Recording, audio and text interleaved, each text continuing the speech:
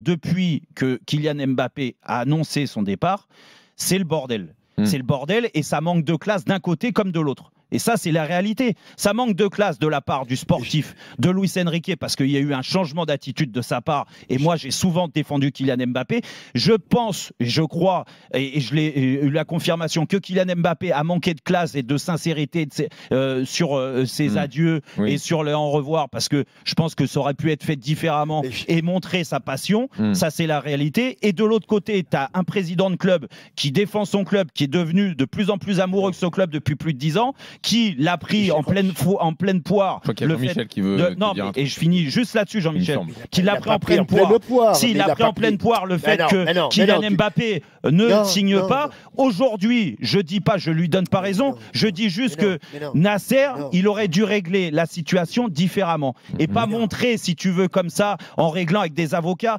Tu sais, quand on me parle d'une négociation aujourd'hui, on arrive au 1er juin, il n'y a plus de match du Paris Saint-Germain. Ils sont encore en négociation pour savoir combien Kylian Mbappé va laisser au club. Ça, c'est pas possible. Alors, Jean-Michel. Jérôme, avant d'essayer de répondre sur le fond, comme le souhaite Jean-Louis. On va pas repartir sur la une de l'équipe. Ouais, d'accord. Non, mais moi, ça me dérange. Après, c'est comme ça, même si c'est pas le débat. J'ai besoin d'une seule précision. D'une seule. Est-ce que cette fameuse prime, qui était une prime de compensation, on ne te la donne pas, mais on te réintègre, est-ce que cette fameuse prime a été versée? Oui. Bon. Alors, est-ce que aujourd'hui, il était... Moi, j'ai entendu, mais je ne sais pas si j'ai un problème d'oreille, et peut-être qu'il aurait fallu que je consulte. Moi, on m'a dit que cette prime ne serait jamais versée. Je l'ai lu et entendu qu'elle ne serait jamais versée et que c'est la raison pour laquelle les choses étaient en train de s'arranger, qu'on ne s'embrassait pas sur la bouche. Ça, c'était le truc de base. C'était la discussion de base. Et Mbappé a dit personne ne sera lésé. Voilà. Et puis, je découvre aujourd'hui que finalement, elle a été versée. Qu'elle a été versée. Et que, pour finaliser cette prime, les accords qui étaient des accords verbaux, il faudrait les formaliser par des accords écrits. Je l'ai lu aussi. Ouais. Et c'est quand même, si c'est vrai, c'est le seul club où tu verses 80 millions d'euros. Je ne sais pas si vous vous rendez compte de ce que c'est. 80 millions d'euros. Et que finalement, il n'y a pas un papier comme quoi tu reconnais avoir touché 80 millions d'euros et puis que pour solde de tout compte. Enfin, je ne sais pas. Ça me semble absolument incroyable. Le problème dans cette affaire-là, les salaires, ils seront versés. On est en France, on est dans un pays où les travailleurs, on est dans un pays de droit où les travailleurs, quand ils font leur boulot, sont payés. Donc, qu'ils les retiennent l'argent à un moment ou à un autre, ils seront versés. Le problème, Jérôme, je te l'ai dit tout le temps, c'est qu'à un moment ou à un autre, Nasser El Khelaifi n'a pas compris qu'à la fin d'un contrat, un joueur était libre. C'est le problème de base de Nasser. C'est le problème de base du président. Le contrat explique bien ce que c'est. Pendant un temps, tu es sous contrat avec un club ou avec un employeur. Avec un temps, et au bout de ce temps, tu es libre. Et c'est ce problème-là. Et c'est ce problème-là que Nasser El Khelaifi ne comprend pas. C'est pour ça qu'il l'a mis à l'écart. C'est pour ça qu'il l'a mis à l'écart au mois de juillet l'année dernière. Mais si tu mets à l'écart quelqu'un, c'est que tu ne comprends pas qu'à la fin du mois. Mais parce que. Jérôme, je te répète encore une fois. Le film, moi je me le refais de temps en temps, le film, quand tu vois la photo avec le maillot de 2025, alors qu'il sait pertinemment qu'il n'a signé que jusqu'en 2024. Mais peut-être qu'au fond, tu sais pas ce qu'ils se sont dit. Peut-être que Nasser, en effet, avec ce maillot 2025, il s'est dit, il va tenir sa parole et nous, on va lui donner. C'est possible. Ce qui est indiscutable, ce qui est vrai, je ne sais pas ce qu'ils se sont dit. Moi, j'en sais rien. Je ne suis pas dans les secrets d'Alcôve. Moi non plus. Ce qui est indiscutable, Jérôme, ce qui est indiscutable, c'est que légalement, légalement, c'est-à-dire... Oui, légalement, il peut partir libre au bout de 2 ans. Légalement, il est libre le 30 juin 2024, point final. Et que ça, du côté du Paris Saint-Germain, le président ne l'admet pas. Mais non, il l'admet pas, mais j'ai jamais dit le contraire. Je dis juste que pour en arriver... Mbappé avait dit quand même que le club ne serait pas lésé. C'est normal aussi qu'il ne le digère pas. Mais c'est pour ça s'il y a eu cette parole donnée à un moment. Et je donne la parole à Eric parce qu'on ne l'a pas entendu, mais c'est pour ça que moi je pars du principe que si Nasser a réagi comme ça, je dis pas que c'est bien. La preuve, je disais qu'ils auraient dû régler ça en interne et pas sortir comme ça. Surtout un joueur qui est tellement médiatisé que Kylian Mbappé, tu sais que tout le monde va en faire des caisses tout au long de l'année et ça a été le cas. D'accord ? Et là, il reprend encore le boomerang dans la tronche parce que là, on ressort des choses qui datent depuis quelques mois. Mais avant de donner la parole à Eric, je pars du principe, Jean-Michel, que si Nasser a réagi comme ça, c'est que pour lui, il y a une trahison. Il n'est pas complètement cinglé. Du moins, Nasser, il a des défauts, mais il a une qualité et tout le monde le dit. Tout le monde le dit. Unanimement au club, il est très humain. Il est très investi et il donne beaucoup à ses joueurs. Il leur fait énormément confiance, même aux joueurs qui jouent peu. D'accord ? Même aux joueurs qui jouent peu. Un mec comme Kurzawa a toujours été respecté à sa juste valeur. Et pourtant, il n'a pas fait 1 minute encore cette année. Donc moi, je te dis juste que c'est une forme de trahison pour lui. Qu'on comprenne ou qu'on comprenne pas. Il a trahi. Mais qu'est-ce qu'il a trahi ? Mais je sais pas, ça, c'est les discussions qu'ils ont eues entre eux. Mais moi non plus. Je dis juste que. Alors, à moins qu'il soit complètement taré.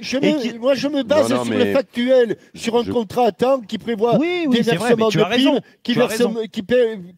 qui prévoit des versements de salaire, qui prévoit une fin. Voilà.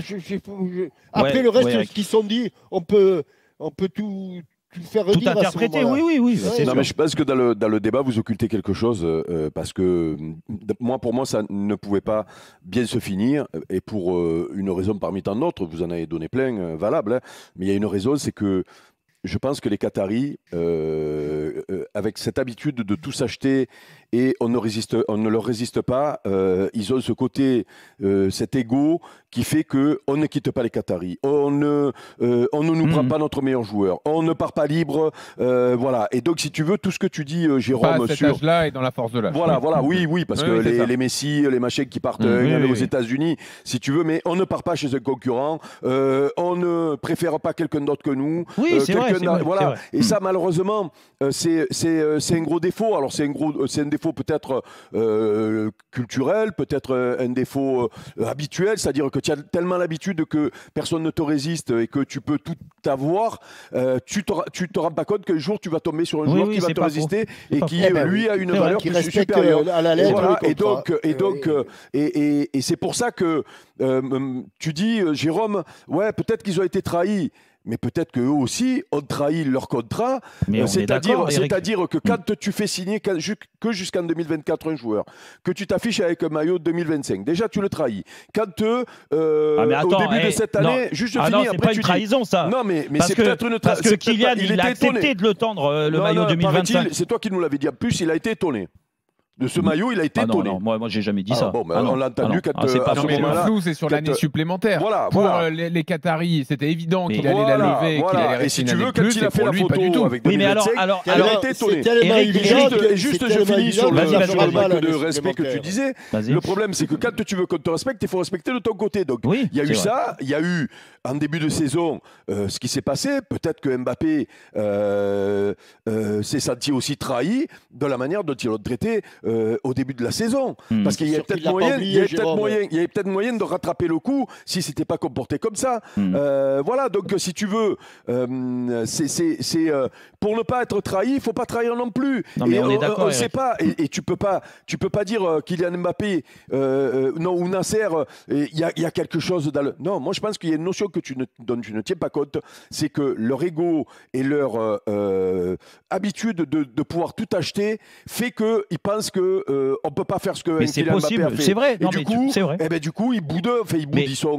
Ils font ce qu'ils se comportent mal. Mais Eric, je te rejoins là-dessus. J'ai jamais dit le contraire et tu as totalement raison. Je pense qu'il y a personne qui a résisté aux Qataris et à leur argent sur les 10 ans. Tu vois, donc la preuve, c'est qu'ils ont même réussi à faire changer d'avis Kylian Mbappé, qui a, oui, pour rappel, réussi, il y a 2 ans, il y a 2 ans, en effet, il l'avait dit dans l'émission ici, qu'il voulait partir, et ils avaient réussi à lui faire changer d'avis.